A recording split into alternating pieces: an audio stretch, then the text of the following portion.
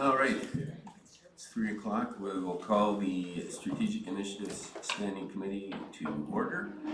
Today we acknowledge that this event is taking place on the traditional territory of the Indigenous peoples of Turtle Island. We are thankful to share in the special spirit of this place, rich in the energy of Mother Earth, our ancestors, and the love of all creation. I'll look to the Deputy Mayor for a motion to adopt the agenda. So moved. I get a seconder. Councillor Doherty, all in favor? That's carried unanimously. Declarations of pecuniary interest and the general nature thereof. Are there any declarations today? Seeing none, if you find yourself in that position as we go through the agenda, just make yourself heard. Deputations, do we have any deputations before we get started today? Seeing none, and we'll move into staff reports then. And item 5.1, CAO 2019-01, organizational realignments. The recommendation is that the SIC receive and refer the following recommendation to the next meeting. The council approve the proposed organizational realignments as presented and defer the financial considerations to the 2019 budget deliberations. Can I get a move and a second to get that on the phone, please? Moved by Councillor Doherty, seconded by Councillor Madigan, and I will turn it over to the CAO. Okay, thank you.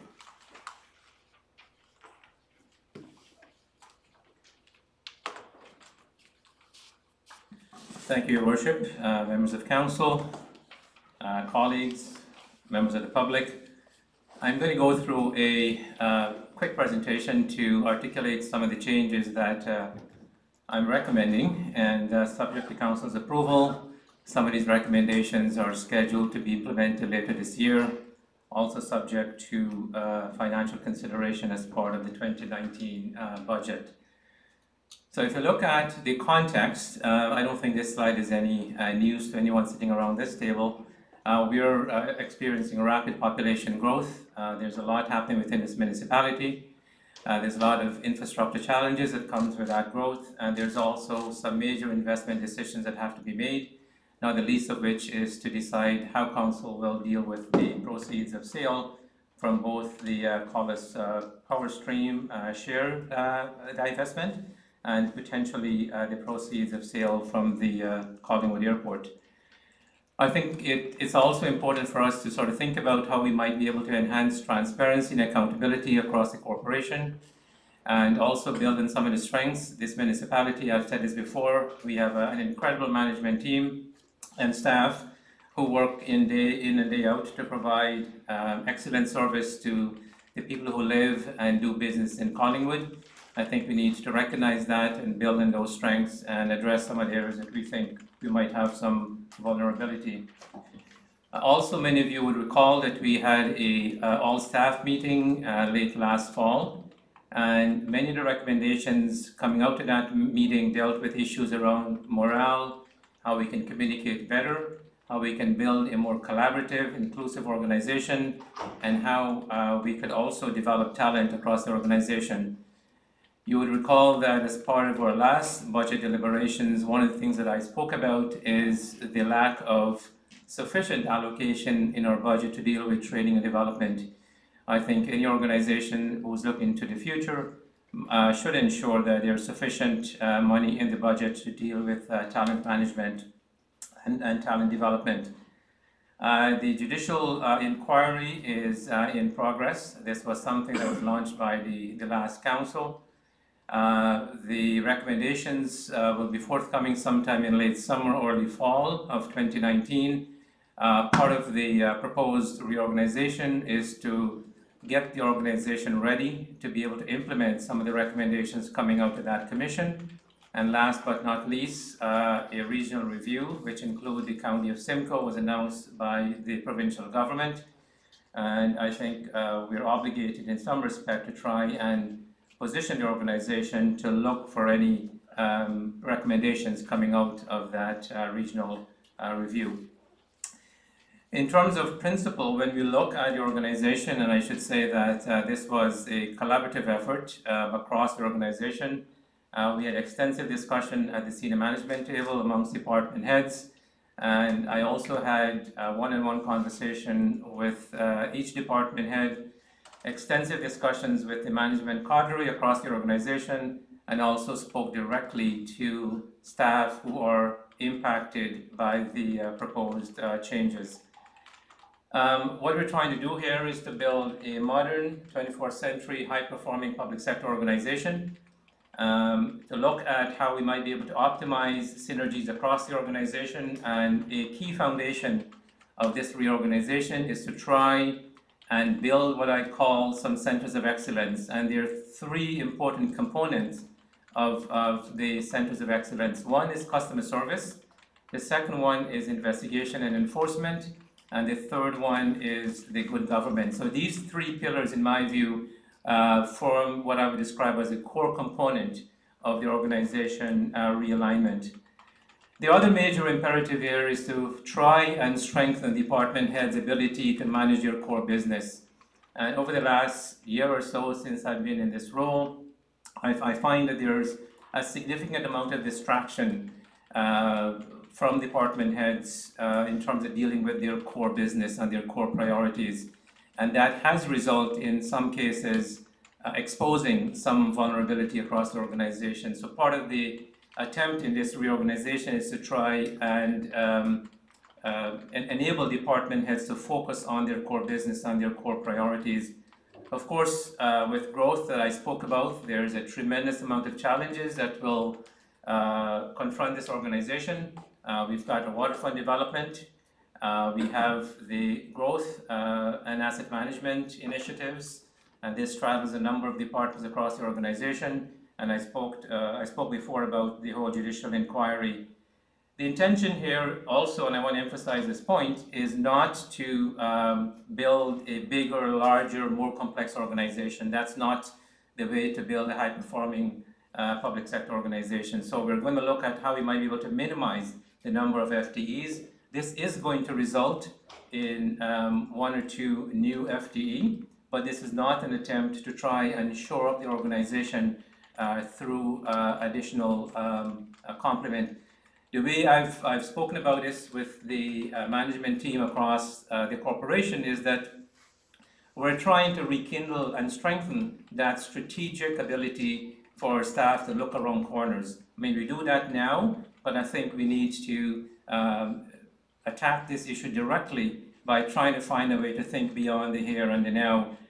And the final point on that slide, which I think is really, really important, is the issue around what happens at the intergovernmental level. There's a tremendous amount of legislation happening at a provincial level, which impact directly on Collingwood. And I was trying to look for the number of various pieces of legislation in the last 3 to 4 years. It's in the hundreds that impact on the municipality. We have no capacity within the organization to look across the spectrum and monitor what's happening on asset management, on infrastructure, on transparency, or on accountability. And in some cases, I think we're leaving money on the table because of our inability to access certain programs that might be made available at the provincial level. So part of the reorganization here is to try and find a way to better handle intergovernmental initiatives, and also the whole area of environmental issues. This is something that is confronting this generation, and I think we have an obligation to think about, as a corporation, how do we position ourselves to be able to deal with some of the environmental challenges, both within the organization, but also in the broader community. So what are the key changes? I spoke before about creating an integrated customer service value proposition, as it were, and I've had the moniker Service Collingwood. But this is an attempt to create an executive level position in the organization who will have the responsibility for all customer-related and corporate-related services. So this leader within the organization will be responsible for defining customer service standards across the organization. Currently, the public that we serve has no idea how long it would take us to respond to certain interactions that they may have with us. So if it's a letter that comes into the mayor or myself or department heads, if it's a voicemail that is left in someone's telephone, there is no ability for us to track and define what the customer service standards are. And I think one of the proposal here is to try and better define those customer service and measure ourselves against this customer service. So one of the initiatives that this person will pursue is developing a contract with customers so that they can, in a very public way, know what it is that they can expect from us. We'll publish the customer service standards and we'll measure ourselves against these standards every single year. This is not about shame and blame, this is about moving and improving. So it's what gets measured gets done, and I think this is one way of ensuring that people can predict with some certainty what they can expect from this corporation if they try to access any service, regardless of where that access point might be. I also add there a notation on hours of service. Many of you are aware that the individuals who try to get access to our services are people who sometimes don't live in the municipality. And department heads will tell you that one of the famous things that I've told them is that government is really good at organizing government that works for us who work in government, not for the people who are trying to access government services. And I think we need to change that. We need to look at ways and means of extended hours of service, for example, so people don't have to leave their job to come and get a service from the municipality. So it might be that we open up until 6:30 or 7:30 one day a week. It might be that we open up one Saturday during the summer, so people who would like to get a deck permit can come in and get a deck permit on the weekend. So those are ideas that we're thinking about. And this person who will be leading the customer service charge will look at ways and means of effectively extended hours of service so that we are more available to serve the demands of the public, bearing in mind also that there are employee considerations in this. So this is not to say that we're not going to take into account what our employees are telling us or what their preferences are, but I think this will be done in a collaborative way to ensure that both our employees are satisfied and the public is also satisfied with the level of service that we will hopefully provide to them. Also, we're looking at how we better use technology. There is no reason why a resident or a business in Collingwood cannot sit at their living room table in the middle of the night and pay a bill. I mean, I think we've got to make it seamless, and we've got to try and provide alternatives to residents to be able to access city services. So using mobile, using technology, I think would be an additional channel. We're not closing down any channel, but we are making available additional channel to ensure that people can access town services through a variety of portals, as it were. On the governance side, the proposal here is to create a new accountability and oversight office within clerk services and to bundle all of the related open government, quote unquote, initiatives within clerk services. And that would include contract management and administration, and this particularly has to do with how we seek legal advice. Currently, there is no established protocol across the corporation on accessing legal advice, and one of the proposals here is to provide, as it were, a clearinghouse to triage that legal advice across the corporation rather than having all of us seeking legal advice as we deem it to be appropriate. So that's hopefully will not only save money, but I think it will also result in a consistent level of standard across the organization. And the embodiment of that will be as proposed in clerk services. The Accountability Office will also include FOI, Code of Conduct. We're looking at a lobbying registry and procurement. Currently, procurement is housed in finance. The intention here is to move that office to clerk services so that we have all of the related good government and open government initiatives in one place within the organization. The third component of the Centers of Excellence is the integrated inspection and enforcement. And the major change here is to enhance the inspection and enforcement done by our bylaw officers and integrate that with the building inspectors.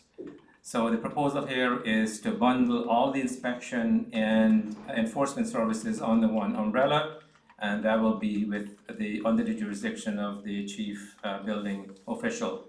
I think, again, if you look at customer service, would better position us to deliver customer service, but also facilitate some of the synergies I spoke about earlier, and I think also equip some of our staff with the additional training and ability to enable them to acquire new skills to better serve the organization. And on the customer service piece, also right now, if you look at the administration of most of the departments, we have limited mobility for our admin and support staff. And I think the customer service cluster will not only create the ability for them to gain new skills, but I think also enable them to, with some limitation obviously, to move up in the organization, and frankly, I think to empower our frontline staff to be able to deliver better customer service across the organization. So you can come to 97 Euro Ontario Street, or the third floor of the library, or 10th line for that matter, and you can access a variety of town services through one counter. And the value proposition here is that it is a privilege, not an inconvenience, to leave your desk and to be able to serve someone coming to access town services at the front counter. The other key changes, next slide please. I spoke about the expanded planning and building department to house investigation and enforcement. The intention here is to also rebrand and add economic development with a focus on investment attraction within the planning department as well. Again, there's a lot of interaction between planning and investment attraction and economic development, and this is one way of ensuring that we optimize that collaboration. The final point on that slide is the issues around public works, engineering and environmental services, and this is one of those areas that we're still doing some work with the division head, with Brian and his team. And the thinking here is we've got a vacant position that is currently out to competition, a manager's position, and we're looking at how can we leverage that opportunity to look at changes within the organization to address some of the workload issue. So the intention here is to do some make some internal changes within public works, engineering and environmental services within the current fiscal footprint that we have, and see whether or not we can use that position that is out for competition in a more effective way.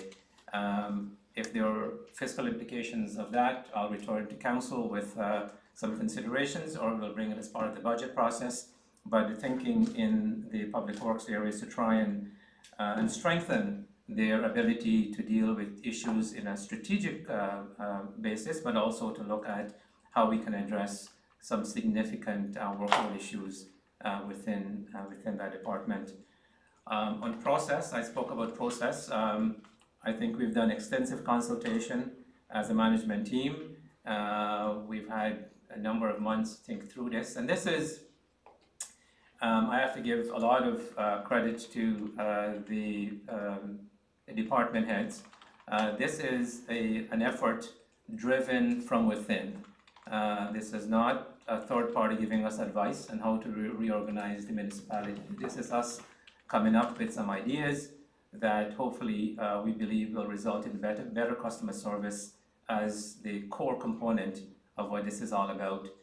I've also, in addition to having this issue discussed at department heads collectively, I've had one-on-one discussion with the department heads. I've also had meeting with the management staff, all the management staff across the organization. I've also made myself available to chat with management staff on a one-on-one basis, and some of them took me up on that offer, and I had meeting with them on a one-on-one basis. I also met with all of the administrative staff to talk to them about what I was bringing to council and to get their feedback. Some of that feedback is still coming in, but the point I'm trying to make here is that we had extensive consultation within the organization on how we could be more collaborative, how we could deliver better customer service, and how we could communicate better and provide opportunities for our staff. In terms of implementation, I mentioned that the financial considerations will be part of the 2019 budget deliberations. The annualized cost will be fully accounted for, I suspect, in 2019. There will be some costs incurred in 2019 as noted in the staff report. The changes will happen on an incremental basis. So where there is an opportunity to realign and consolidate existing resources, those will happen immediately. So some of these changes subject to council approval and the budget approval will happen immediately. Others would take a longer time. We have to hire a new director of customer service and corporate services. We've got a manager's position out in public works. What we do with that position is what I was referring to earlier. The accountability office, we need to be staff, and we're out recruiting a director of planning. The accommodation challenge will be an issue. Ideally, it would be great if we can have all our customer service staff in one or two locations, but I think we can overcome some of that using technology. I've asked our manager of fleet and facilities to look at options for accommodation, inexpensive options for accommodation, but we're really tight for space here and elsewhere, and that could impact on how quickly we implement these changes, but the thinking would be that we'll try and manage within the physical space we have, but there might be some challenges that cannot be overcome because of the limitation that we have. The final slide is just kind of a quick organizational chart showing what the top layer of the organization would look like. If you go from left to right, the Executive Director of Customer and Corporate Services, and that bundle there will have all the customer service, plus fleet and facilities, IT, communications, and within fleet and facilities, we're going to look at creating what I'm calling a green office, to look at how we might be able to do things better within the corporation to minimize our carbon footprint. The other point I want to make here, these are not necessarily positions, these are responsibilities and portfolios. So you might see more than one title listed. Each one of these boxes represent one individual. And even if you go lower down in the organization, when I talked about, for example, creating a green office, I don't mean hiring a staff to do that, but making it an accountability for one of the leaders in the organization to look at how we might be able to better minimize our carbon footprint. So the Executive Director of Customer and Corporate Services, Clerk and Director of Legislative Affairs. Under that bundle will be the Accountability Office, including procurement. The Treasurer, Director of Financial Services. The big change there is the movement from IT. IT is currently under the Treasurer portfolio. That will move to the Executive Director, Customer and Corporate Services. Director of Parks, Recreation and Culture. The only caveat I would put there is that we just completed the Parks and Rec master plan, and we're going to look at what some of the recommendations are in there regarding customer service and staffing as we go through the budgetary process. But none of that would take away from the customer service or the bundling or the collaborative organization that we're trying to build. The other significant change is planning, building, and economic development services, because that rebranded and expanded portfolio will deal with the inspection and enforcement currently being done by through the clerk's office, as well as assuming the new role for economic development, which will include investment attraction. I just want to make one point on the investment attraction front, because I think it's important. If you look at our financial situation, as it were, and look at the split between residential and commercial industrial tax base, you will see that we rely heavily on the residential tax base. I think if we're going to build a strong, robust, sustainable municipality from a financial point of view, we need to look at ways of enhancing our commercial industrial tax base. So that's the investment attraction value proposition, derives its origin from that concept, knowing that if we don't do that, we're going to continue to, in some respect, rely heavily on residential taxpayers to provide any enhancement to services across the corporation. So we have to look at how we can more aggressively look at investment attraction in this municipality. And again, technology can be used, I think, to a large degree in making that a reality. The Director of Public Works, Engineering and Environmental Services, I spoke about earlier, Fire Chief.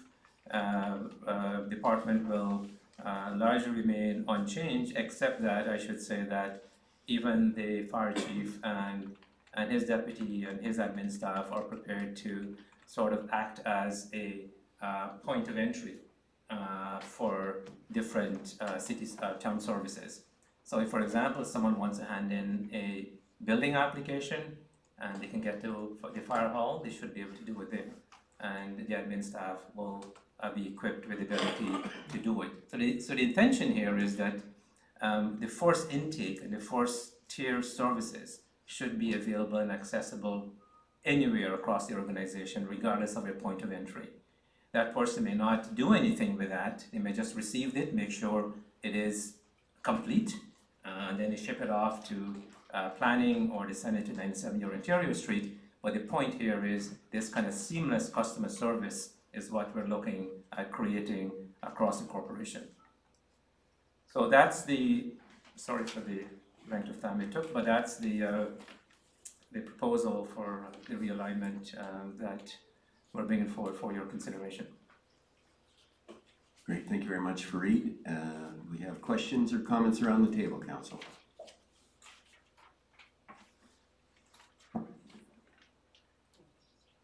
Councillor Hanlon, sorry, your hand go up. I just had a comment really, which is I just wanted to thank our CEO for, I'm very grateful for the hard work, hard thinking, and what I can see are pretty creative solutions to reorganizing the town. So I don't think any of us underestimate what you have done here, so I just wanted to say thank you.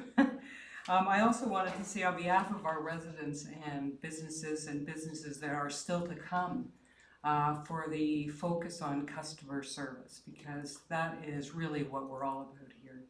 So I think that's appreciated. And also on the accountability office, I think that will be a big undertaking for us, but worthwhile, and no doubt we'll see some suggestions around that coming out of the judicial inquiry, so it's good that we're thinking about that now. I particularly like what you said about having a clearinghouse for legal, because that is a very efficient way of making sure we're not getting overlap in legal services and making sure we're getting the best, solutions for problems across the corporation. And then lastly, I just also wanted to say I'm so excited about the direction here for a new economic development focus to bring business initiatives to the town. And I know this is not the time, but at the appropriate time, I would be very much liking to talk about whether there could be room for an economic development committee, probably of council, that would meet as required to help focus some of the attention on economic development. So those are my comments, thank you. Thank you. Councillor McLeod. I had a couple of questions about the organizational structure, and I spent some time looking at through your worship, sorry about that. I spent some time this afternoon looking at the organizational structure that was provided to we councillors during our orientation session, and I was wondering if there was a way that we could be provided with a comparison, so we could have a look side by side at these two at these changes. Yeah, we certainly can. I mean, the only major change here is that new position in that box there. This doesn't work. Doesn't work there. It works in this one. The Executive Director of Customer and Corporate Services. This is an existing position, the clerk position. The Treasurer obviously is existing, Parks and Rec existing, Planning existing but expanded. Right now, this is two departments. Planning is one department, Economic Development is a second department. So we're consolidating those two departments, and the other remains the same. So the major change is the addition of the Executive Director of Customer and Corporate Services and the expanded Planning and Economic Development services. But yeah, we can get you a side-by-side comparison. Thank you. Because the chart that I was looking at had each of the nodules or modules in underneath. So to be able to see, okay, so IT moves over here and procurement moves over here would be helpful, I think. Yeah, I can provide you with the existing one. In terms of the current one, I mean, I think this is the level that we're focusing on right now. There might be some further changes down in the organization, but the existing one is not an issue. Another question, Your Worship, if that's okay.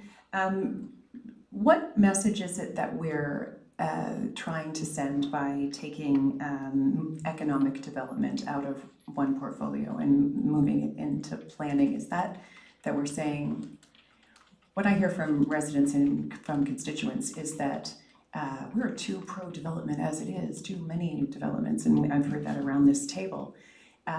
Is that a concern, a message that we are sending, that we're, or is this more about business and less about residential development? Through your worship, this is about putting a spotlight on investment attraction and finding a way of ensuring that there is maximum coordination between proposals that we receive for investment, because those proposals invariably require land, they require an understanding of the planning process, and so the synergies between planning and economic development is optimized by having them together. This is not a message about pro-development or anti-development for that matter, or there's no undertone or subtle message being conveyed here. This is simply an attempt to try and put two departments who should work closer together, and to optimize the synergies between the two. Now, if I could just add to that, at the county, the planning department does include the economic development portfolio, and as well, when we look at all our residential development proposals, we see not only listed in the number of densification in terms of number of units, we also see the number of jobs we're supposed to generate at the same time. So the planning and economic development are linked together in that respect, and I think it makes sense to put them together so that we're taking a global look at these applications, and it's being processed through a department that's familiar with the land uses. Thank you so much. Councillor Berman. Thank you, Mayor Sanderson. Just a few quick questions on page 5, point number 2, when it talks about benefits, and it's regarding bylaw enforcement officers. Do you see does this include, would you see a ballpark time where we could increase the number of bylaw officers? What sort of timeline, if that's included in this? This isn't contemplating any increase in the numbers, no. Okay, so that's not one. The second question is the paragraph below when it talks about office also being responsible for the coordination of legal advice across the organization. Is that at all possibly involving in-house legal advice? That's an option that we've looked at, but I think what we'll have to look at is whether or not it's better for us to have this individual who could triage that advice, or we can bring in-house counsel. And that's, I mean, I think something we'd have to weigh against financial consideration, but also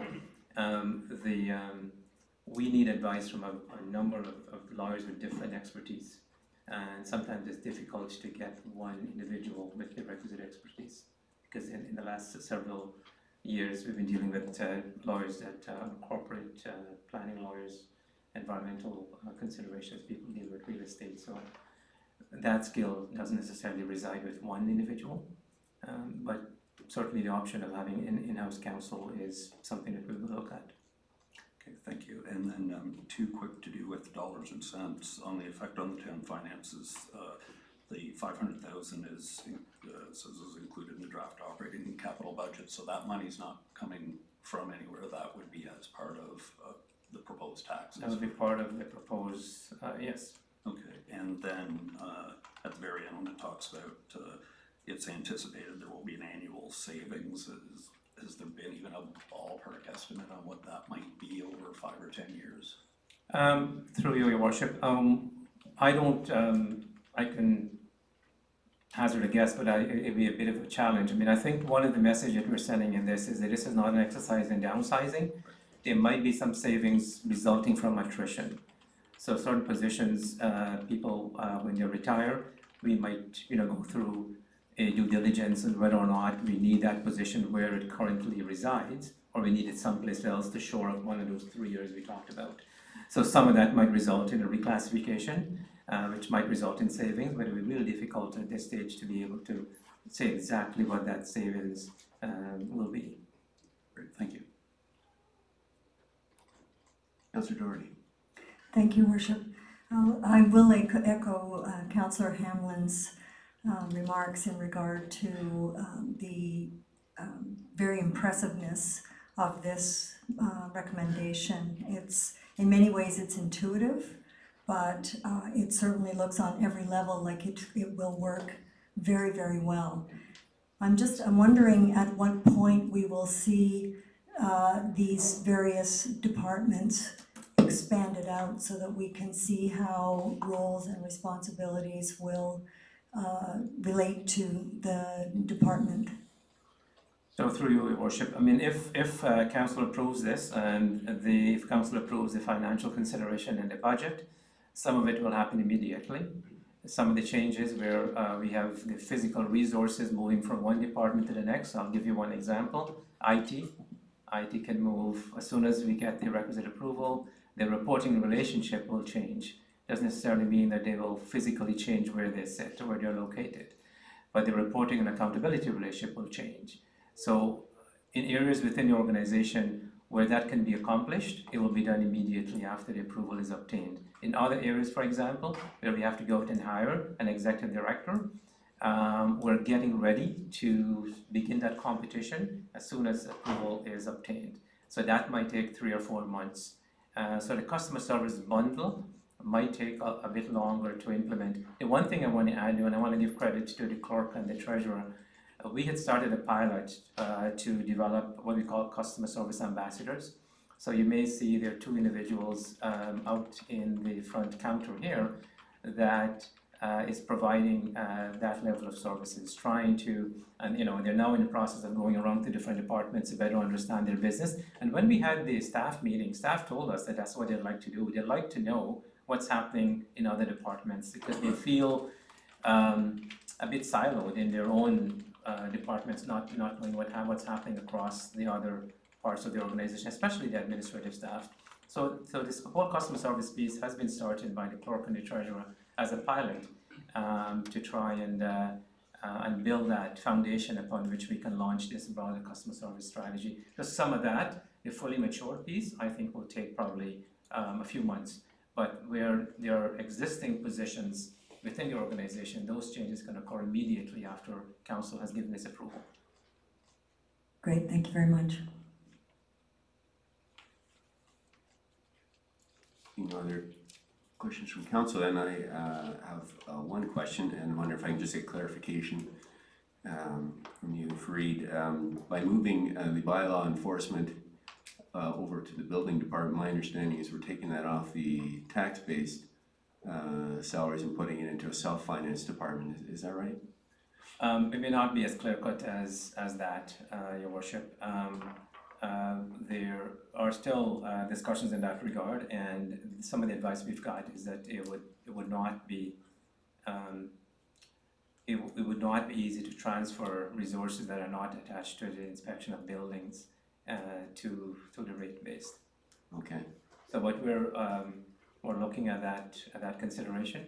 In fact, one of the things we're looking at is how we can create a more sort of closed unit for the investigation and enforcement, so it doesn't affect the building inspection one way or the other. But we're looking into the possibility of being able to recover some of that money from rates rather than taxes. Okay, thank you. Just by way of comment, I also echo the comments from Councillors Hamlin and Doherty. We as a municipality, we don't build widgets, we deliver services, and this seems to me, between our customer service priority, our IT platform shifting, and also rejigging of this of the organizational structure, I think allows us to be much more nimble and provide services in a much more timely and direct way to our residents. So I see this as being an excellent step forward, and I thank you and your staff for this excellent report. So, seeing no further questions or comments then, the resolution on the floor, the recommendation is the council approve the proposed organizational realignments as presented and refer the financial considerations to, or defer the financial considerations to the 2019 budget deliberations. All in favor? That is carried unanimously. Item 5.2. C 2019-04 audio video recording of the in-camera meetings. The resolution is that the SIC receive and refer the following recommendation to the next meeting of council, and the recommendation is that council enact and pass a bylaw to amend procedural bylaw 2019-006 to include the policy recommendations contained herein with respect to the recording of in-camera meetings. Can I get a mover and a seconder, please? Moved by Councillor Hamlin, seconded by Councillor Doherty. I'll pass this over to the clerk. Certainly. Through your worship to members of the committee, this staff report puts together a review of the legal advice that was sought regarding the initial request on recording of our in-camera meetings. So basically it's broken down into two components.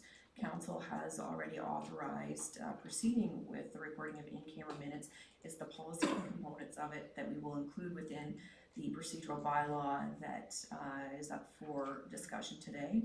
So the two components of that process that have been outlined and recommended in the report is the process for encrypting and securing the documents.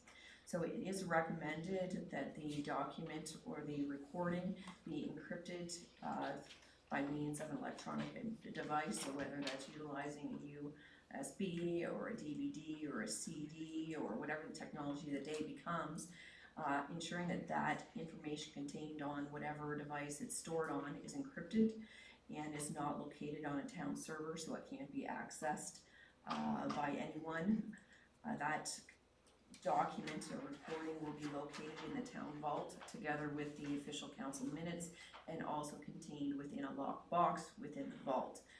The access would be restricted and controlled by myself or the deputy clerk to ensure that those that are privileged to review it can. Again, council has authorized that it was only for investigation purposes, the Ombudsman's Office, closed meeting investigator, or as otherwise provided by or authorized by law. And the second piece to the recommendation contained within the report is the retention period. So within the advice that was originally sought from our solicitors, they indicated a period between 90 days and 6 months. We had recommended retention of, for a period of 6 months. And again, that's consistent with our code of conduct, timeframe, and policy for complaints. However, we did undertake a review of the 14 municipalities across the province that also do recording of in-camera minutes, and that chart is provided within our document. Most indicated that those that have a permanent retention is they just, it was a recommendation to have the recording saved, and they just applied the same measures that official council minute retention is required for. That is the summary of the report. Thank you, Sarah. Questions, comments, council? Councilor Berman. Go right in. Thank you, Ms. Thompson. I like the chart that you provided through you to the clerk of the other municipalities. It's a moot point. I think it's a bit dated because it says 2017, 2018, and I know our neighbors, Wasaga Beach, started recording them in 2016. But regardless, my points are good on this chart. There's 14 municipalities identified on here. Half of them, 7, retain the records permanently. 3 of them retain them for 1 to 6 years, and then 4 there isn't anything under there. I assume they either you couldn't find it or they hadn't determined it yet. But the recommendation coming to us is for less than any of those. So it seems to me to be not less of a best practice and more that it would be the minimum on the list. One of my concerns is, I mean, I would have agreed with most of these other municipalities to keep them permanently, but I'm concerned that we have a judicial inquiry on that has been referenced in the CAO's first report that the reorg is taking that into account, some of the things that they're looking at. And there's a report later on here that also takes into account that, but this report doesn't take into account.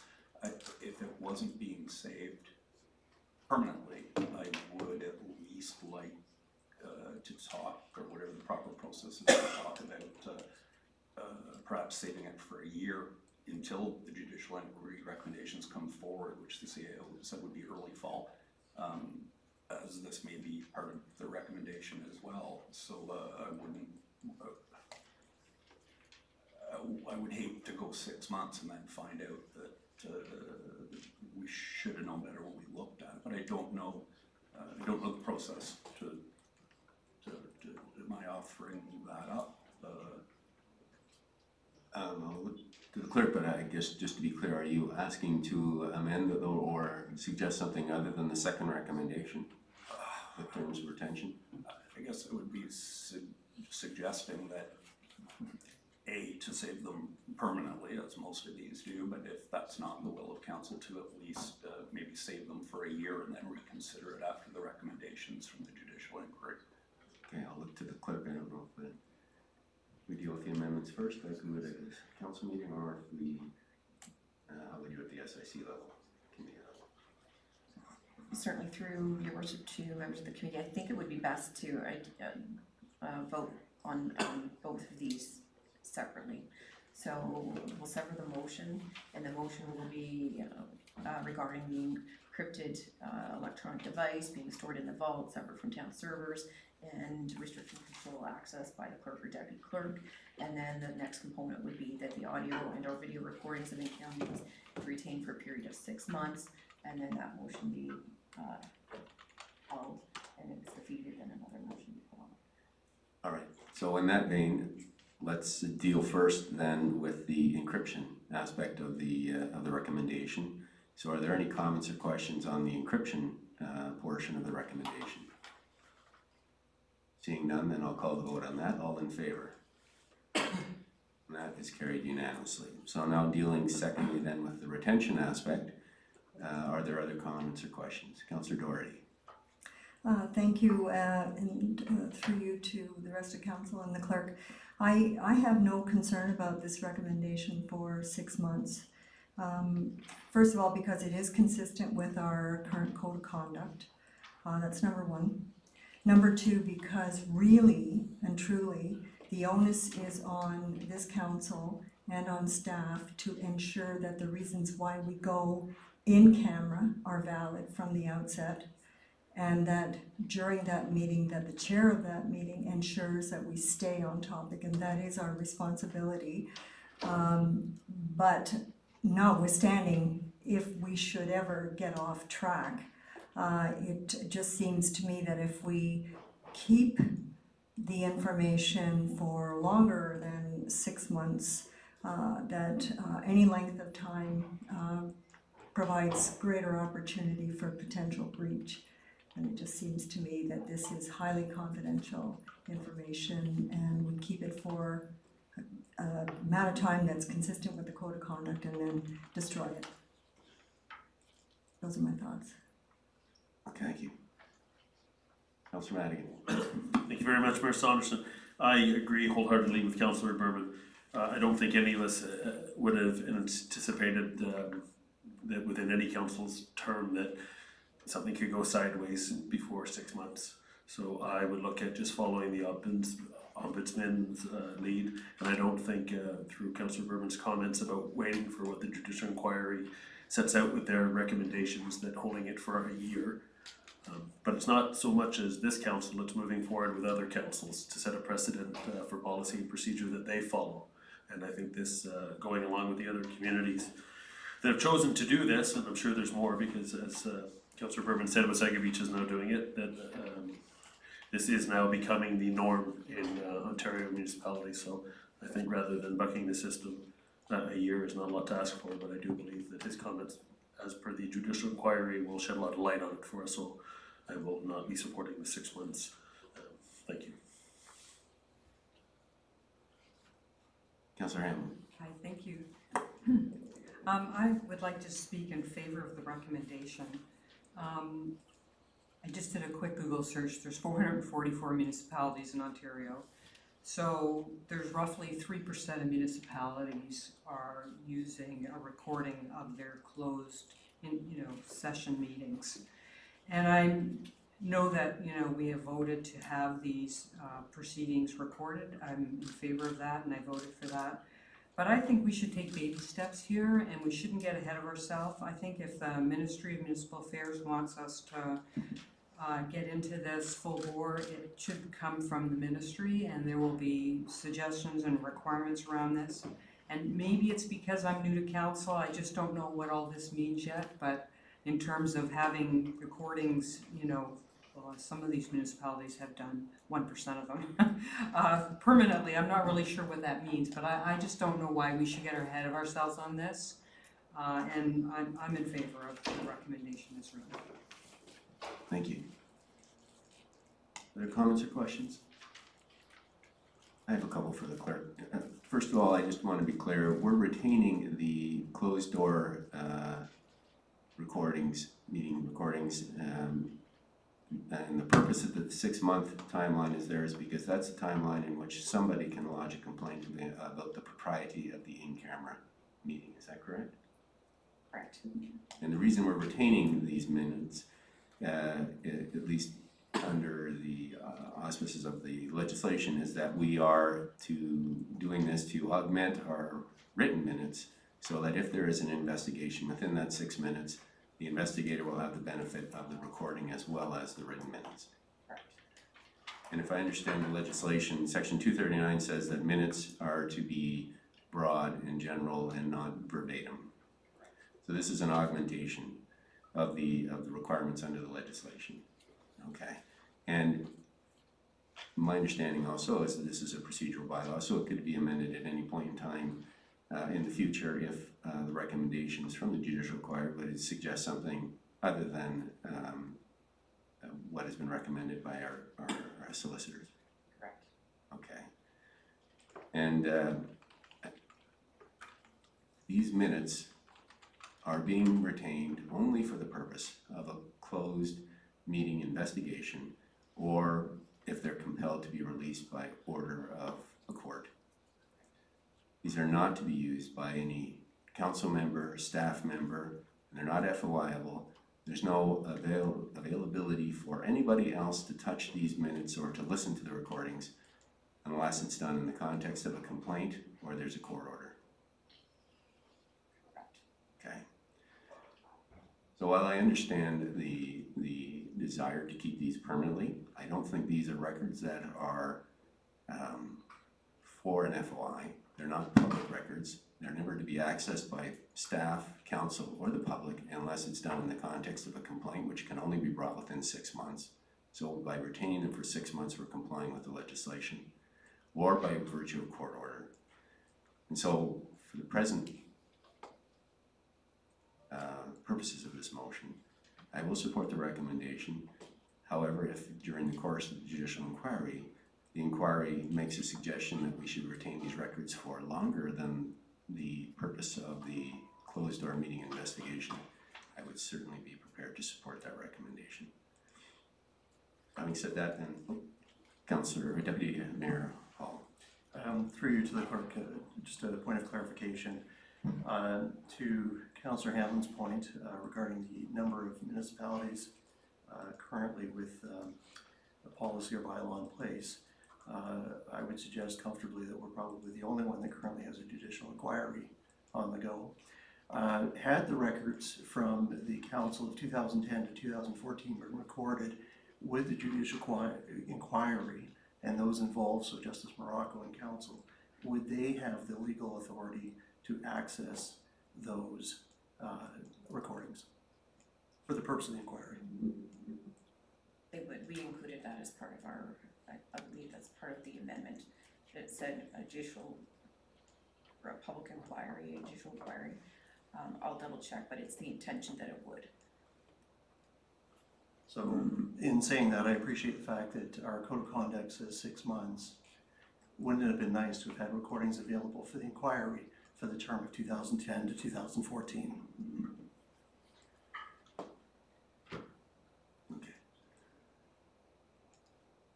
Councillor Berman, I will give you the last word. Not so much, or just a clarification, we're talking about 6 months, as Mayor Sanderson had asked, but the 6 months is for code of conduct, is it not? The report says the Interior Ombudsman and closed meeting investigator do not apply any type of restrictions to the age of the complaint or have a recommendation to the length in which these records should be kept for. So I feel, isn't it apples and oranges?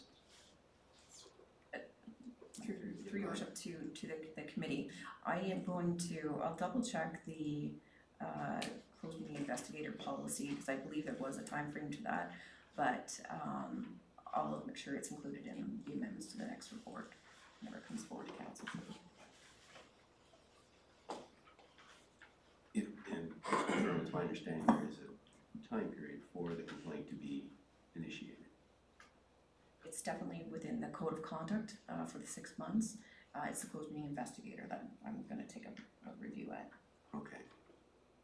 Well, that would be helpful, because I think that was my understanding, was there was a 6 month window for the complaint to be lodged, and if that's not the case, then it would change my position on that. Having said that, what we do today in front of the SIC, it certainly comes before council, and any additional information that we receive prior to council meeting, it doesn't bind the vote at council. Whatever goes, however the recommendation is voted on today, if additional information comes forward when we deal with it at council next, Correct. based on that information, it can change. Okay. So having said that, then I will call the vote. All those in favor of the recommendation with the 6 month retention period, in favor? 5 in favor. Opposed? That is 3. So that's carried on a 5-3.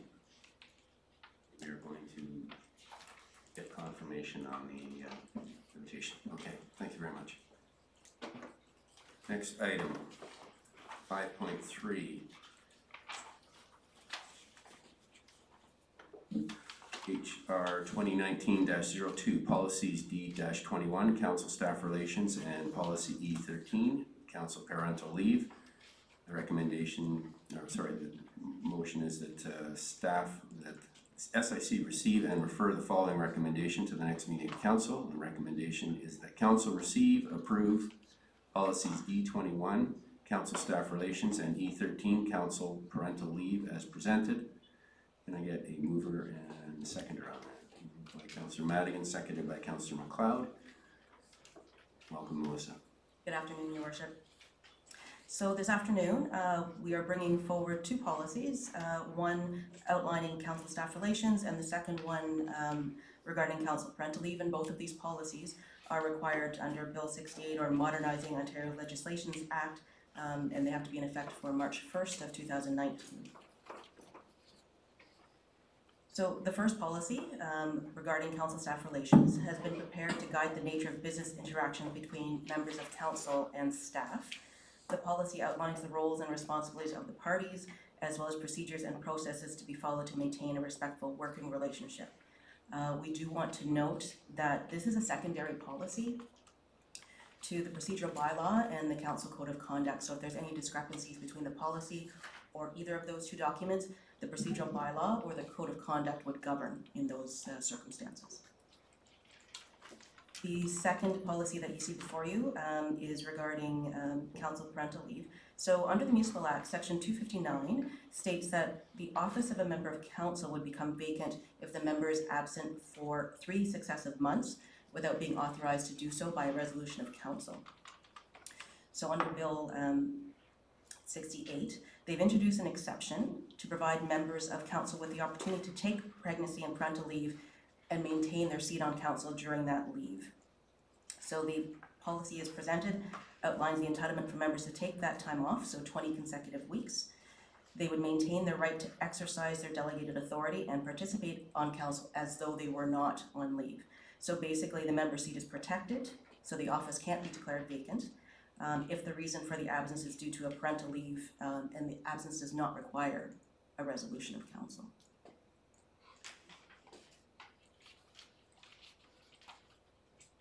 Good, thank you. Questions, comments around the table? Councillor Hamlin? Thank you. Through you, Mr. Mayor. I have probably a more esoteric question. When I'm speaking about paragraph 4, which is roles and responsibilities, and I read in the original beginning of this, it's important to respect one another's roles, so we being council and staff can serve the public. So when it comes down to the roles of council, subparagraph 3, for me, I see our major role. I mean, all these things are, of course, our role. But I also see as part of our role, and I'm wondering if it would be difficult in your view to add this, that our role also includes legislative and quasi-judicial exercise of powers. And by that I mean we would be exercising powers both in a legislative manner and in a quasi-judicial manner where there is a right to a hearing required by legislation. So my question is whether you would see that as being a logical addition to this.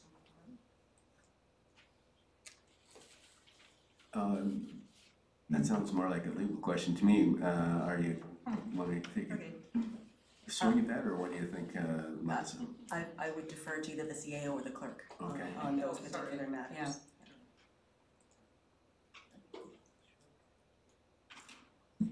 Certainly through your worship to Councillor Hamlin.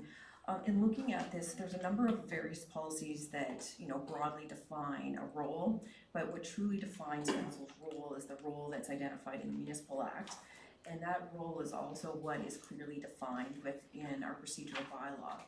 So the component under the Municipal Act provision provides that council's role is to carry out duties of council under this being the Municipal Act and any other act. It doesn't even get into the components of whether the roles are legislative or quasi-judicial in nature.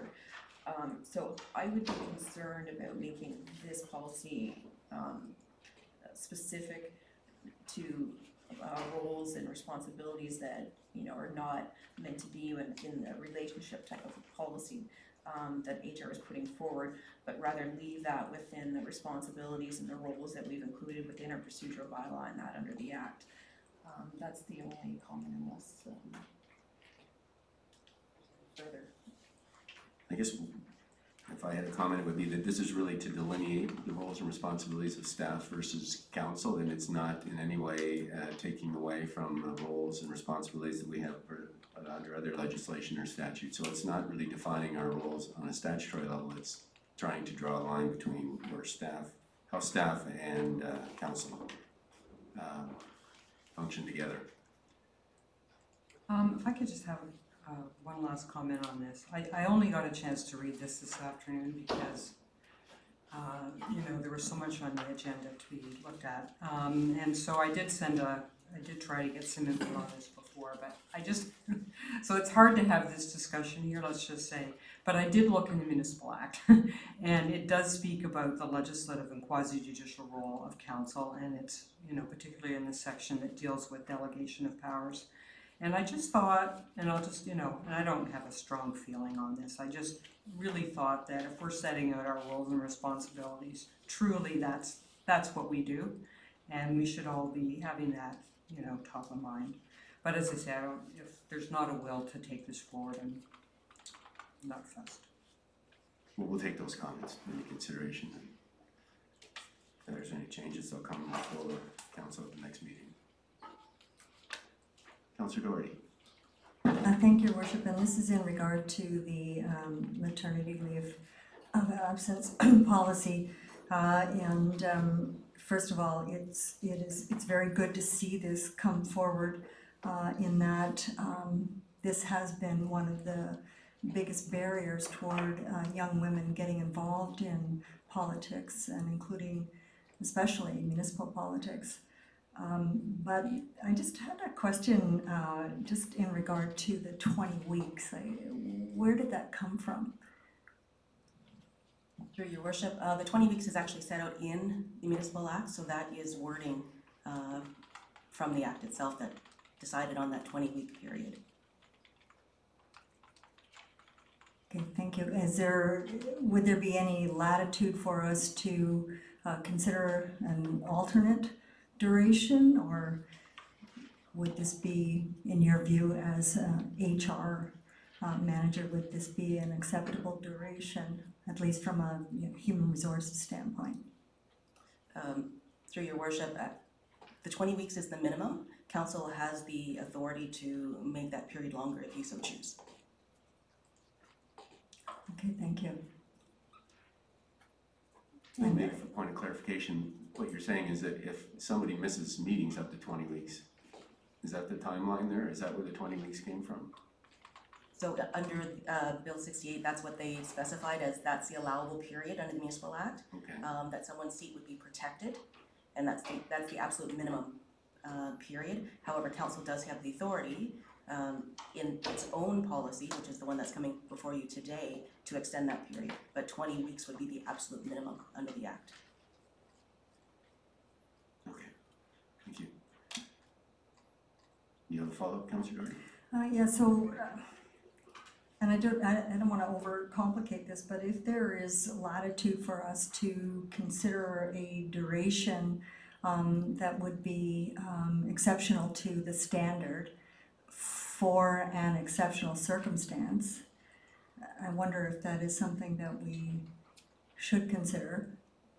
Although I can't sit here and tell you what I think is an acceptable length of time. Maybe we can go back to the notion that, like our previous policy that we reviewed, could be open to change as a result of the findings of the judicial inquiry. Perhaps we can make it so that this is open to change and revision depending upon new legislation, new developments, new best practices. Well, as I understand this, it's an automatic up to 20 weeks. It doesn't have to come before council for leave. And I know at county council, for health reasons, we had 2 council members that had to take leaves longer. Well, Bill 68 wasn't in place, but it was for treatment for illnesses, and council can give that I think if I understand this correctly, it's an automatic. Anything up to 20 weeks is an automatic. Correct. When you go beyond that, you're gonna need authorization from council, and that would be done on a case-by-case basis, which is the existing requirement.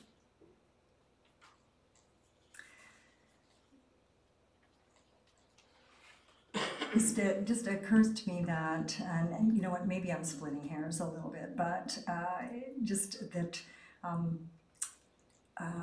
pregnancy is not the same as an illness.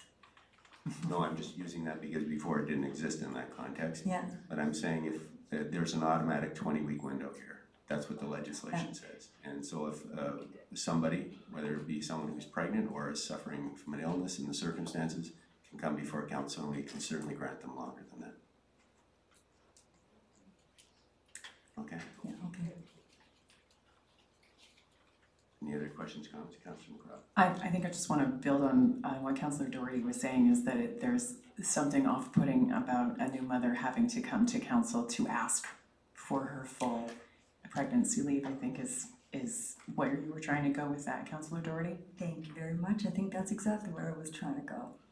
Okay, and I guess That's all I had to say. the legislation says 20 weeks, and the ability to get longer than that exists as it always has. Is that correct? Yes, but council would have the opportunity then, if they want to specify specifically for pregnancy or parental leave, that period could automatically be longer under this policy without having to come back to council.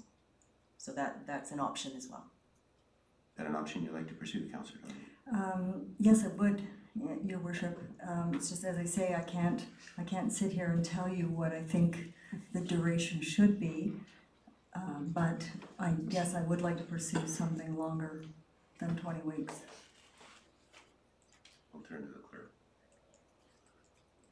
Best way. Through your worship, I think what we're saying here is that there is an automatic approval of 20 weeks. If there is, we have to put a timeline in the policy. It can be open-ended. If it's open-ended, it's more prone to people coming and have to defend taking a certain amount of time off from work for whatever reason. So I think the 20-week is what's in the legislation. The legislation changes, it would automatically change. But if council wants to put 6 months, a year in there, we're certainly prepared to do that. But we've got to put a timeline in there. Yes, and I certainly am suggesting that there should be a timeline. It's just that this does have to do specifically with parental leave, and so it just seems to me that perhaps we should treat it a little bit more closely to what that is treated generally in the private sector. Through your worship, this policy specifically addresses council as it relates to pregnancy leave. Mm-hmm. This is Yes. specific to that, so this is not an attempt to cover all illness based on one policy. Yes, This is specific to that issue. yeah, I know that, yes. So that's why I'm saying I would like to see a longer duration, I think, for this. Because it is very specific to that specific need for period of absence. Through your worship, this is different than, I would say, a workplace policy in that council has some flexibility in being able to attend meetings or not, read minutes, participate. So it really wasn't intended to allow some flexibility while still protecting that seat. So even though a council member may be on parental leave, they still have the ability to come to a council meeting if they so choose.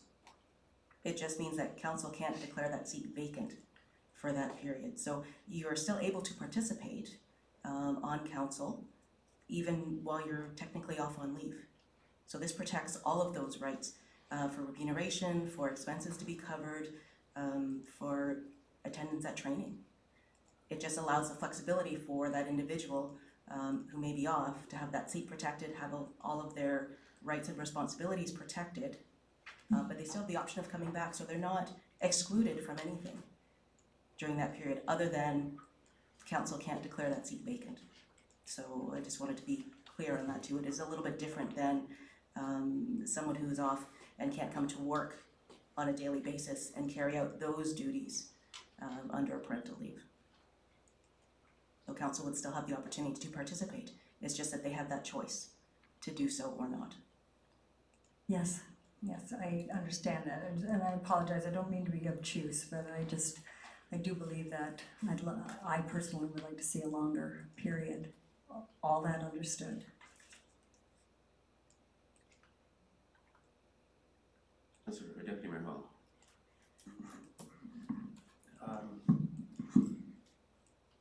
I don't think that we can compare private sector practices to the public sector specific to the role of council. And please correct me if I'm wrong. In simple terms, that if somebody chooses that they are going to have a child and want to take their legal right for a leave, the employer then has the opportunity to fill that vacancy with another employee for the duration of the absence. Whereas this is really speaking to the fact that the seat would be held, not replaced, and therefore if the person legally takes their right of the 20 weeks, then that seat would be vacated. I think that and I would hope that in the spirit of cooperation among members of council, that if there's extenuating circumstances in terms of either a difficult pregnancy or after the birth of the child, there were extenuating circumstances to the birth, and somebody required and requested, they would be granted an extended leave that wouldn't penalize them by having the seat deemed vacant. And so I would just leave it at the 20. Am I making sense? Well, I guess based on our previous motion is that we would call the vote on this, and then if it's defeated, then a recommendation, alternate recommendation can be brought forward. Unless there's any other comments, Councillor Hamlin. I guess I'll just take one, stab at it, which is, I take to heart what Councillor Doherty has said is that, one of the initiatives, I'll say in our society, is to get more women into government and more young women. We shouldn't all have to be age of retirement to be here. And maybe by allowing for a longer period of absence for parental leave, it would be a bit of a signal to, I'll say, the younger women in our community that it would be okay to come forward even though they're of childbearing years and put their name forward for council. And I hear what Councillor or Deputy Mayor Hall has said about that woman could always say, I'm having a hard time, I need a month before my pregnancy, I'm gonna need 6 months after, but really for someone to come forward and say, I have these issues in a public forum and ask for special dispensation seems old-fashioned, if I can put it that way. So what I'm going to propose is that, because I don't know what the right number is either, God knows, but maybe I will propose that be amended, and I leave it to our clerk to tell me how to do this, that it be amended so that it is, the number of months would be 6. I guess I need some, can I move that? And what we have to do, based on what we did with Councillor Berman's recommendation, is we vote first on the recommendation that's on the books, and if that's defeated, then we will deal with, we'll take alternate recommendations. Okay, is that correct? Councillor Madigan. Just one question of clarification. Parental leave would include fathers as well, I'm assuming? Yes. Thank you. Well, it wasn't brought up, so I thought I would ask. If I'm dumb enough to have another child at my age, I'm sure that I would try to take the time to help out my wife and assist in any way. So what I'm going to recommend is that we vote first on the policy on roles and responsibilities, and then, so we'll separate them out, and then we will vote secondly on the parental leave policy. And so unless there's any questions or comments about the roles and responsibilities, council staff relations, sorry. I don't know if that should come right before the parental leave. I'm not sure, but anyway, that's another topic. So I'm going to call first then the staff and council relations policy. The recommendation is that we adopt that policy. All in favor? That is carried. Opposed? Thank you. Now, then dealing with the parental leave, I'm gonna call the vote on the, sorry, yes? Can I make one last comment? Just to put in for clarification, it doesn't matter what the issue is. If somebody at the table is dealing with a health issue, mental health issue, pregnancy, matrimonial split, they have the right to speak to senior staff in a confidential manner. It's not a public issue. And we have had people in the past who have had to step away from the table for medical leave. That's been granted. It was none of the public's business.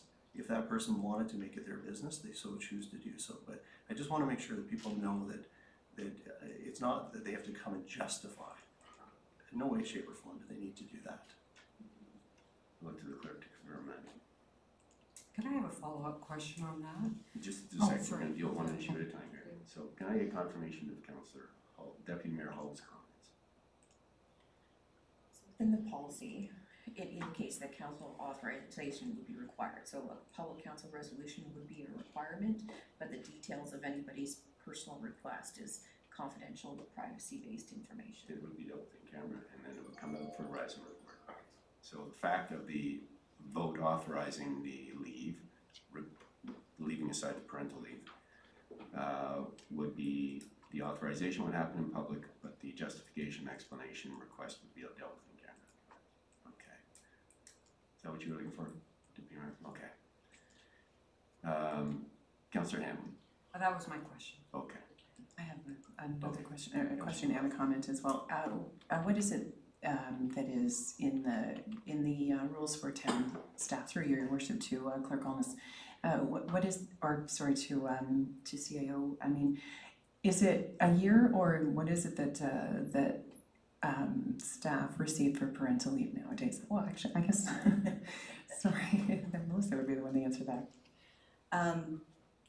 Under various pieces of legislation, a leave could be anywhere from, pregnancy is 17 weeks, parental was 35. It's actually been extended, but the parent has to decide at the beginning how long that leave is going to be. But I think that's also why it was differentiated a little bit under the Municipal Act, because council still can participate. Generally in a workplace, the person would step away. Council has a bit more flexibility. And that was actually it. Thank you. Okay. So then, I'm going to call the vote then on the policy as it stands with the automatic entitlement for 20 weeks, which would apply to both the mother and father. All in favor? Opposed? All right, so that's defeated. Councillor Doherty, would you like to put forward an alternative? Thank you. I would like to suggest 6 months. Talking in weeks. That's Converter here? 24. 24 weeks? 26, it's actually 26 weeks.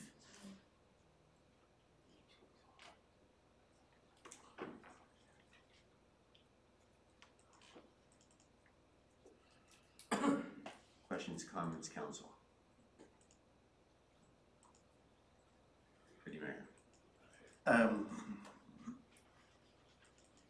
Again, I'm going to go back to my reference of the public versus the private.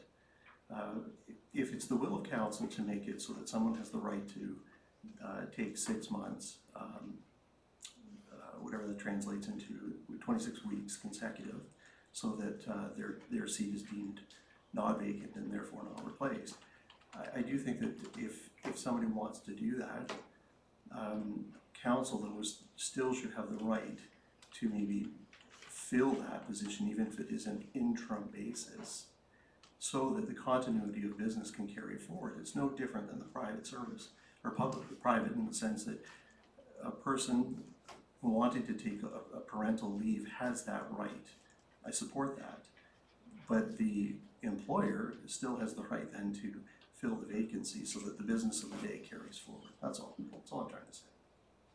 No, I appreciate those comments, and I guess what we're talking about here really is a chain of 6 weeks. So we've gone from 20 weeks automatic as of right under Bill 68 to 26 weeks as is proposed by Councillor Doherty. So it's a 6-week difference. And I guess the question is the materiality of that. If there's any other questions or comments, I'm going to call a vote. Seeing none, all in favor? Opposed?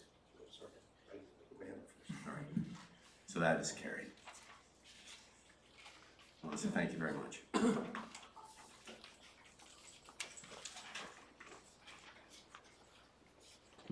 Item 5.4, the recommendation is that staff, or the council, receive SIC receive and refer the following recommendation to the next meeting of council. The recommendation is that council receive staff report PW 2019-4 and authorize the mayor and clerk to execute the term sheet attached in Appendix A.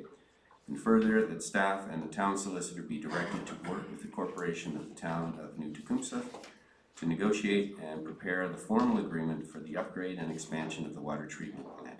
Can I get a mover and seconder? I'll second it. I'll Sure. second it.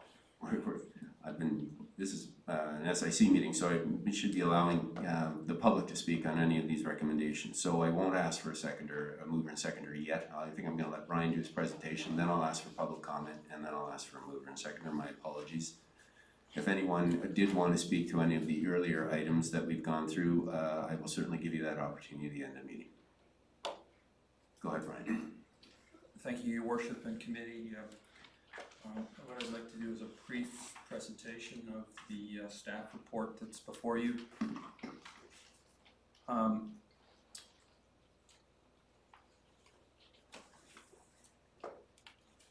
Currently, the town supplies drinking water, a certain percentage of drinking water to the town of New Tecumseh via the Alliston pipeline. This is a 19-year-old agreement, and it was and it's up for renewal in 2020. The agreement was put in place primarily to supply water to the new Honda plant. It's a proportion of Alliston's water. It's not all of Alliston's water, but it's a portion of Alliston's water. And it's supplied through the town of Collingwood's Raymond Barker water treatment plant. A little bit of history in this. There was, back in 1997, the town entered into a principles of agreement with the town of New Tecumseh and had a number of clauses. Those clauses are briefly up here, included purchasing of 6,000 cubic meters of water a day for 5.8 million, benefit of use of 2 million, future expansion paid by users, loaning spare capacity, and upgrades to cost sharing, upgrades to be cost shared. In 1999, they entered into, they utilized the principles of agreement and entered into an agreement that, for the most part, that agreement was the same as the principles, save and except for one key component, in that the purchase of the 6,000 cubic meters a day were still there, but the amount was now included at a 18.5% interest in the pipeline. And the thought there was going to be a business case where there would be money coming from that pipe interest.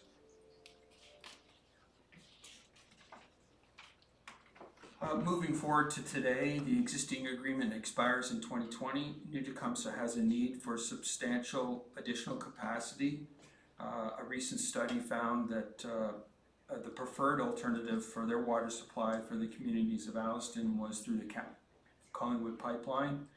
The existing agreement is 20 years old and is in need for, the existing water treatment plant is 20 years old and is in need of upgrades as well as expansion. Collingwood has a need for additional capacity to address its growth. So upgrades and expansion are necessary. The term sheet that's before you is consistent with the council approved principles of agreement that were signed in 2016. These terms, along with the previously approved principles agreement, will provide the framework for moving forward with a new agreement. It's anticipated that new agreement will be will take 4 to 6 months to complete. The terms of the new agreement will be presented to the respective councils, and these term sheets were reviewed by the Town of New Tecumseh's Committee of the Whole last week and approved, and will be moved forward with their council, their next council meeting. Included in these term sheets is Collingwood owns the treatment plant. The New Tecumseh's initial purchase is recognized. A buyout of Collingwood's 18.5% interest is contemplated, and New Tecumseh requires a total of 33,500 cubic meters of water. The supply rate will be based on actual cost. Major repairs will be shared. Cost of expansion will be proportionally shared by those participating.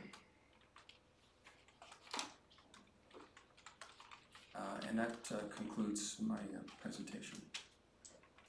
Thank you, Brian. Before I ask council to put this on the table, I will ask the members of the audience if anyone would like to comment on this staff report item.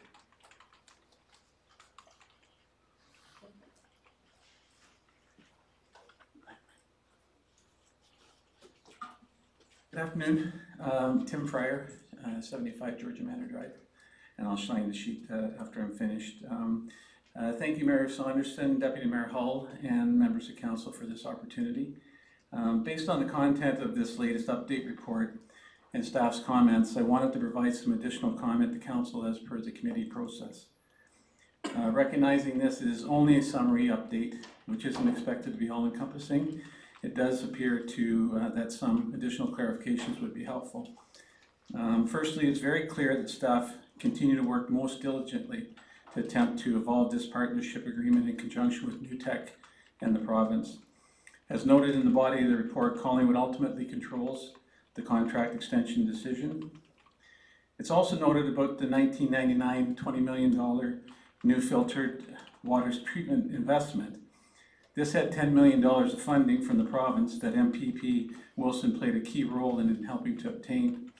That assistance enabled the environmentally and economically beneficial council and CPU decision of retaining the non-filtered water system to supply low-cost industrial water use through to the industrial park. The other element of direct benefit to Collingwood was the partnership agreement, was the multi-million-dollar transmission main that now has extended a local distribution service along the popular side road, feeding the South End development. The 1950s decision of a former commission, though, that showed tremendous foresight and continues to allow council to consider providing such a substantial amount of water to outside partners, is the size of the intake. It has been clarified in the past by staff, and I believe it's still the case, that there is more than adequate ability to draw the required amount of raw water from Nottawasaga Bay. And that reflection flows into one area of clarification sought from the report.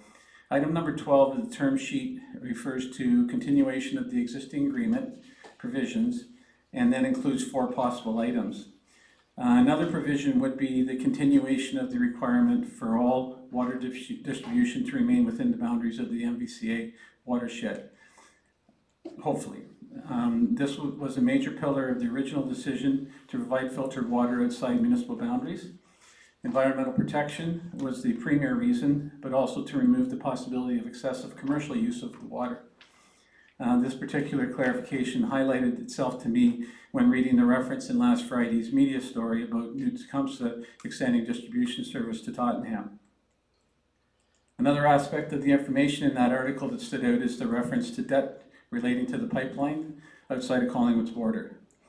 In addition to the staff report review of the 18.5% interest Collingwood has in the pipeline, it continues to be that this is only pertinent to the sharing of applicable revenue from water sales. Collingwood has no obligation to any liabilities related to the pipeline outside the municipal borders. And that leads to the last area of clarification sought.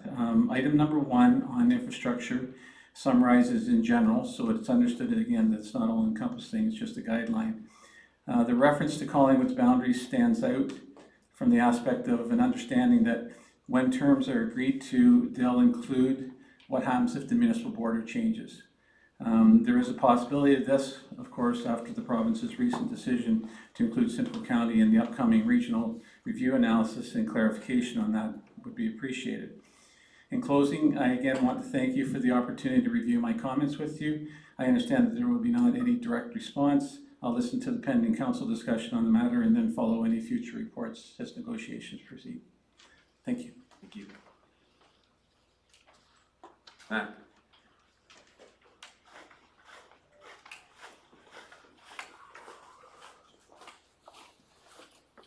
So we're looking for your comments on the new tech. Yeah, just this one. Pipeline agreement. Alright, I have another one after, I'll save. I'm aware of these pipelines, and you know, I've been doing research recently. It's Matt Purdy here, Minnesota Street, Bachelor of Arts from Waterloo, studied environmental resources for a short time. What if the town of Collingwood and council, why don't we think about a percentage that we invest in repopulating the lake with fish? You know, if we're pulling water out like this, then maybe we should be giving back, just like this First Nations, art piece here.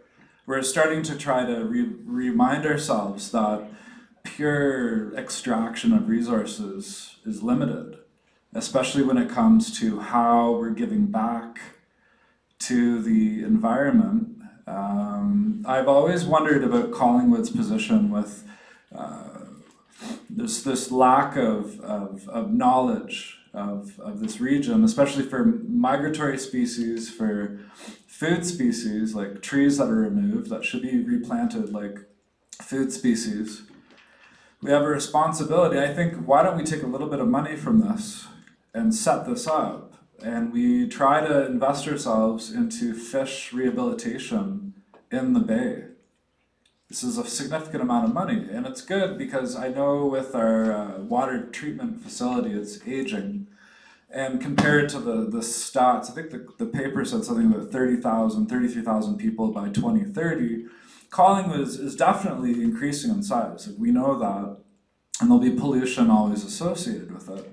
Let's start using this map right here and say, okay guys, like, you know, tree species that have been brought down, fish, look at that map right there. And I don't think we're going to that like we should be. And I think a small percentage should be talked about with council. You folks are the ones that can help build this. So it's your job to help facilitate with staff how money is working. Because there's a small percentage that we can get to work for other ways, but you have to push that. So that's your responsibility as council. Well, Matt, you got 2 Yeah. weeks ago, and I've got written down here, you're looking for a contribution to Yes. rehab. On a yearly basis, Okay, big time. are there other issues?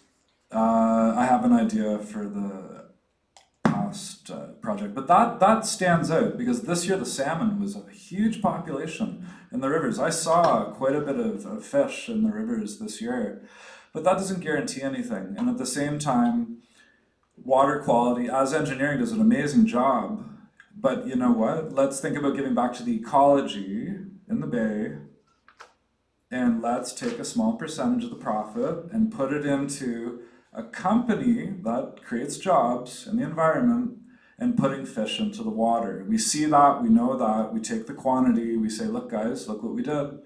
You know, we're rehabilitating the bay. Because as we know, it was fished out hard many years ago.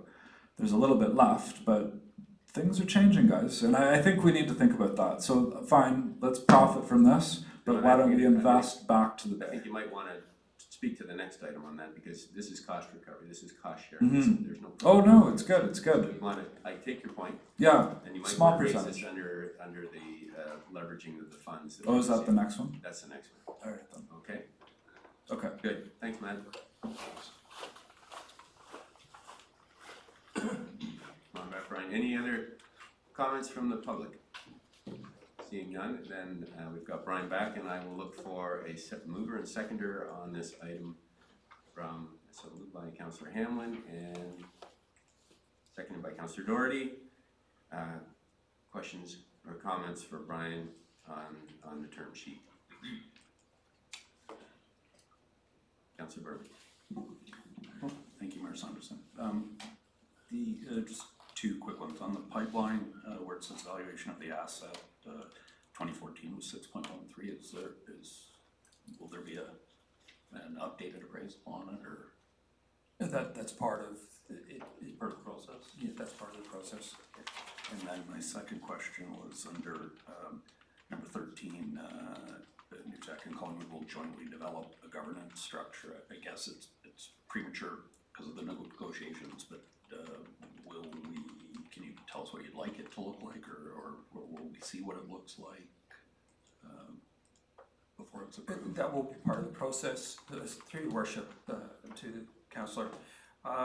That will be part of the process. The intent there is to establish a means where we communicate between ourselves in terms of our needs, what we need to replace in the next 5 years, what the expectation of them to contribute towards in terms of capital replacements and stuff like that. So it's a governance of how we communicate in terms of our specific needs and how we communicate between the operating rates as well as the capital needs, ongoing capital needs, those kind of items. Thank you.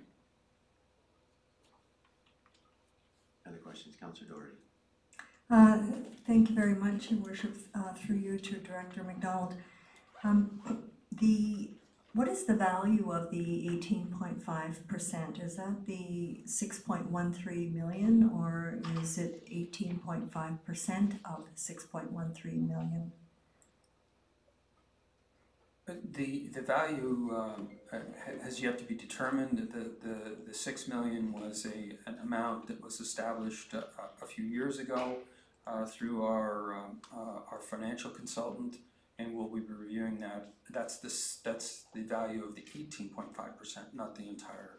And it's a interest in the pipe. It's not of the value of the pipe. It's an interest or Yes. an anticipated interest in the pipe is what we're looking to recover.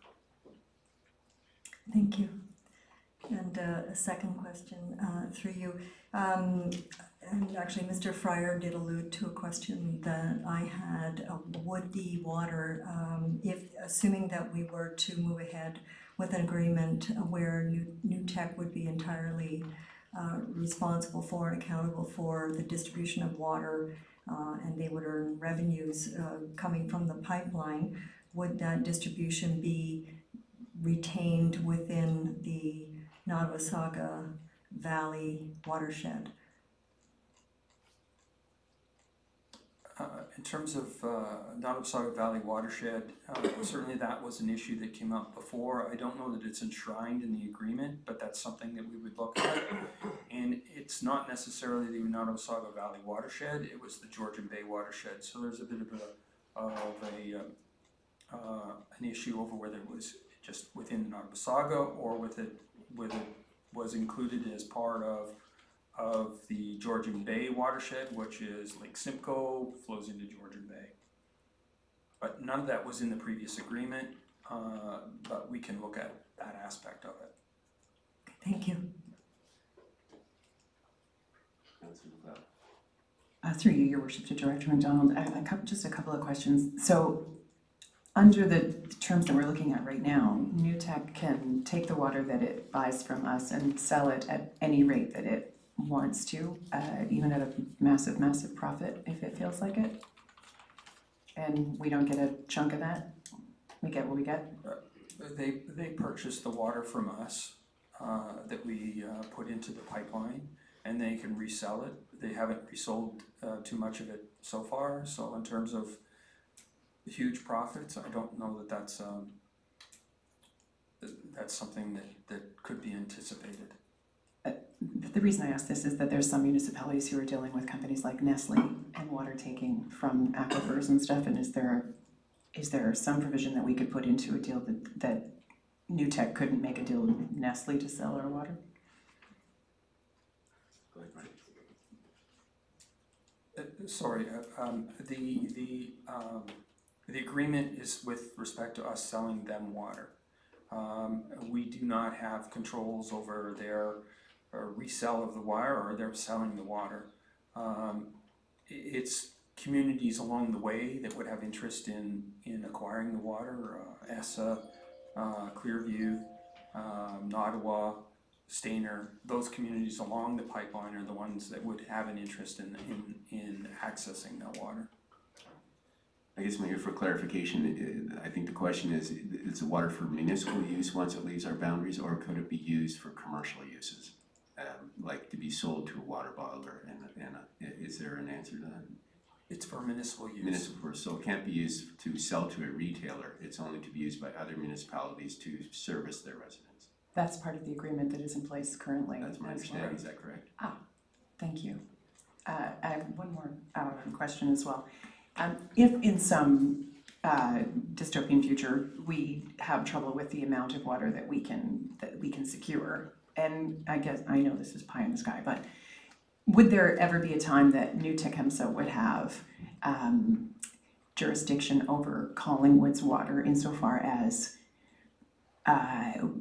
they definitely get what we are selling them and we have to hold back because there isn't enough, or do we come first?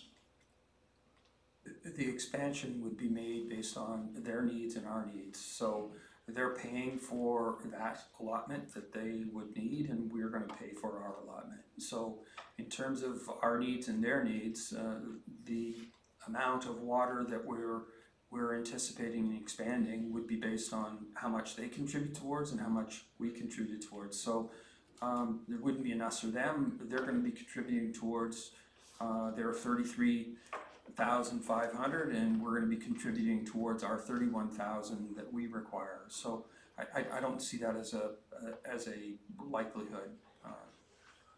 Systems in place, and we're going to be contributing towards those amounts that we require. Thank you.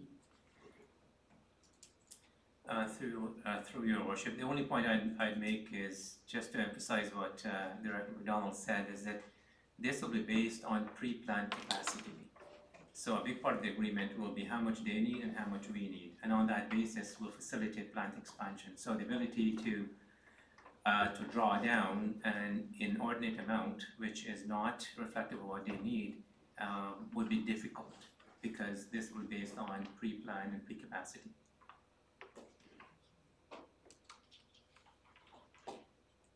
Councillor Hanlon. Thank you. Through you, Your Worship, I do have a couple of questions. In the chart, there's a definition, I'll say, of what an annual supply rate is, which is what we'll be charging New Tecumseh. And it says that it consists of operating costs, including all labor, chemicals, power, and day-to-day preventive maintenance. And I'm wondering, does that also include, because I was trying to think, should there be other things? So I have a little less. So what about the cost of senior staff in managing the facility and the supplying of water? Is that kind of thing included? Yeah, there's the all cost in terms of producing the water will be calculated and included in the rate. So that would be senior staff, the staff that do the quality control, staff that are required to produce it, all the costs associated, all the normal costs in terms of producing it, meaning the power, the chemicals, the insurance, all of that kind of stuff that would be included to produce the water would be part of the rate.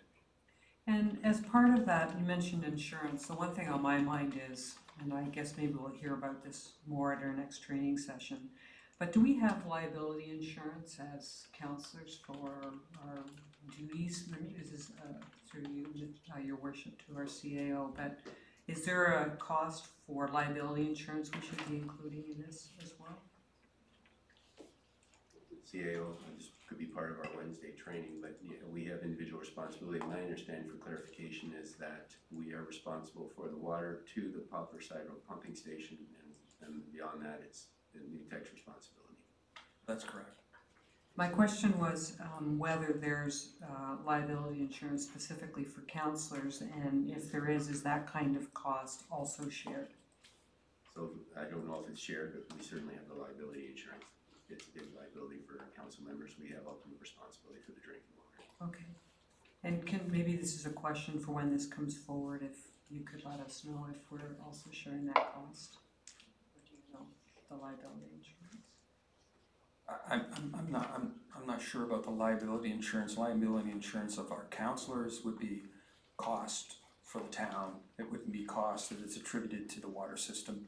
Okay. Certainly there are percentages of our administrative costs that get rolled into the water cost, and if that's buried into a percentage of our administrative cost, then indirectly yes, but not directly.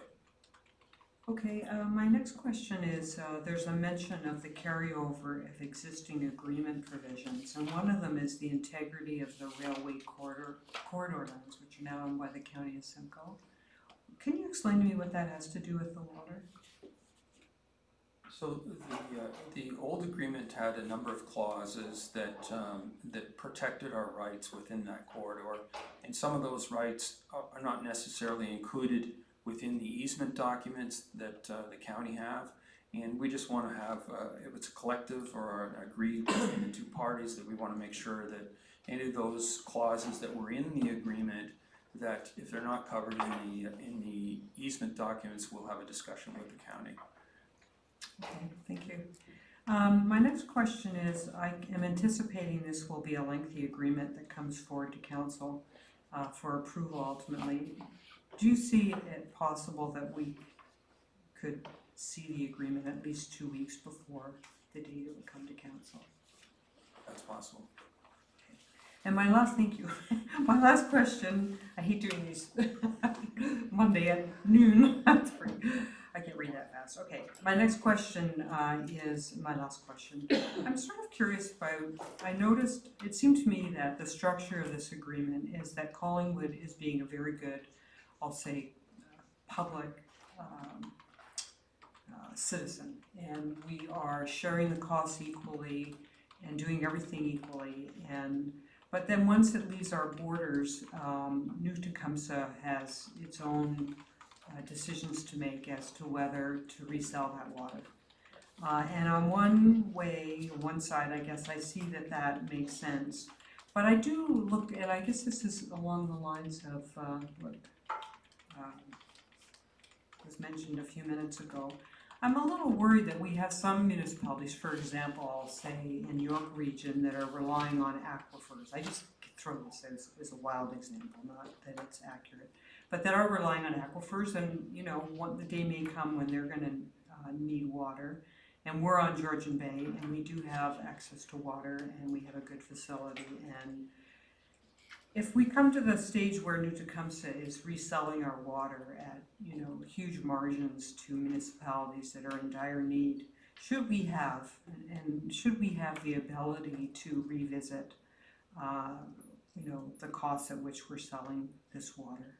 And perhaps through you, Your Worship, this should be addressed to our CAO. And then I will pass along, but the issue of the watershed is an important one, and it was part of the previous arrangement that it doesn't leave, whether you call it the NBC or Georgian Bay watershed, it's got to come back to Georgian Bay. So shipping it south any farther than that, I think would be problematic.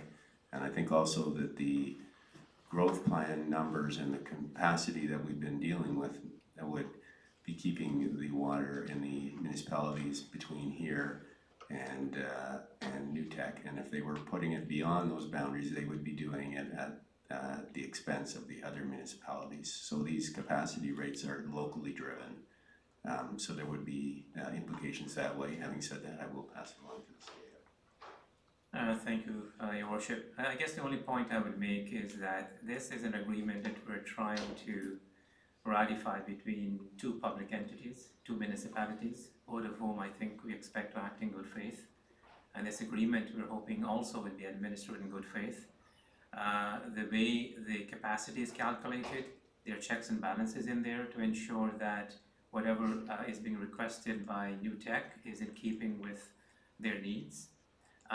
We have an obligation to maintain that supply. This is a historical agreement that was entered into, which involved the province as well.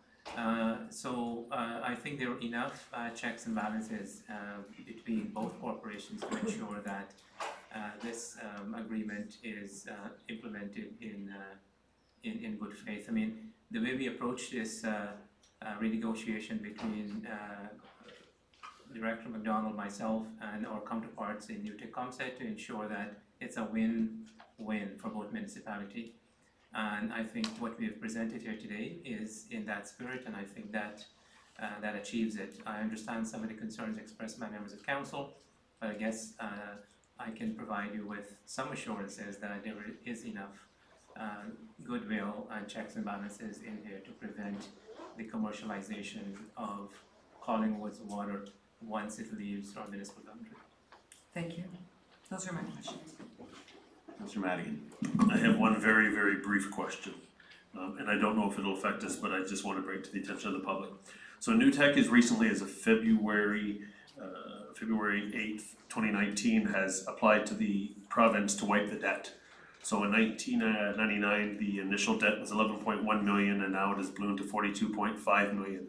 My concern and question is, if we do a deal on a new updated valuation by Watson and Associates, whoever it is, will we be getting the money? And does it have, does payment to the town of Collingwood have anything to do with the debt that New Tecumseh has applied to the province to wipe the books, is their phrasing? That's the word. CEO. We're trying, through you, Your Worship, we're trying as best as we can to make the payment between what we are owed to as part of our 80% independent of the debt repayment. That is our objective, but we also have to take into consideration that there is an outstanding debt on the asset right now, but we're trying as best as we can to make our payment independent of that debt. Thank you. So right now, are we responsible through you, Mayor Saunderson, are we responsible for 18.5% of the $42 million? Or is that debt solely on New Tech?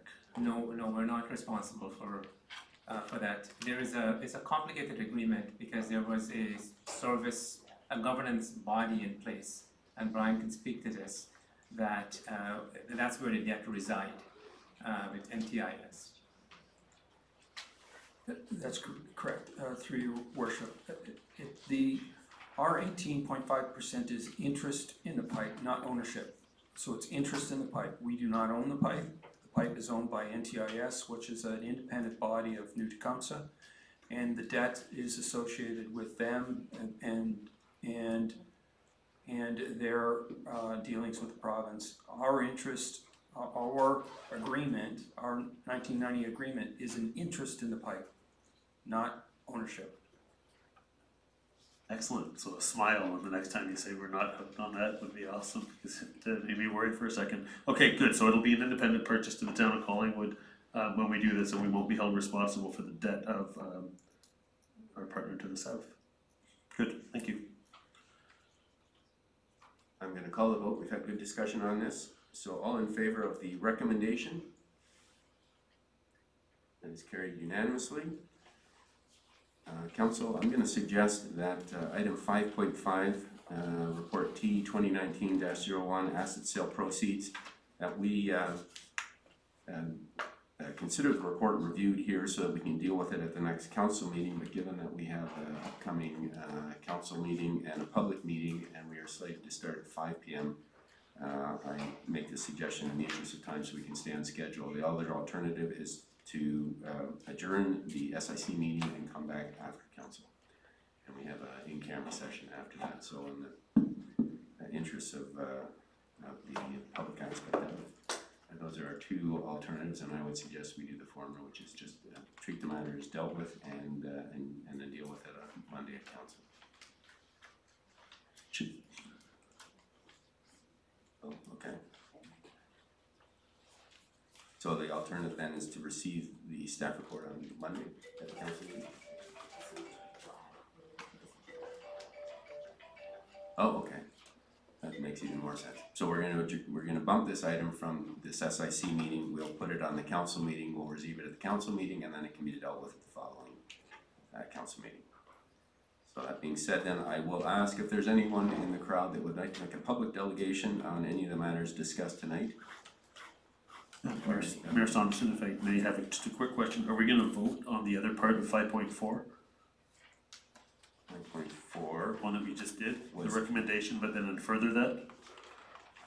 Or is that just all in one? It was all one Okay, perfect, recommendation. thank you. All one recommendation, Councilor Maggie, thanks. Mr. Pretty, go ahead. Yeah, That's we're good, running short of time, Matt. Yeah, We have it's good people committee waiting for the meetings. council meeting, so. Good reason for this to happen. The CAO's recommendation, I'm glad I saw that. I have a brilliant idea for the town, for the seamless weaving.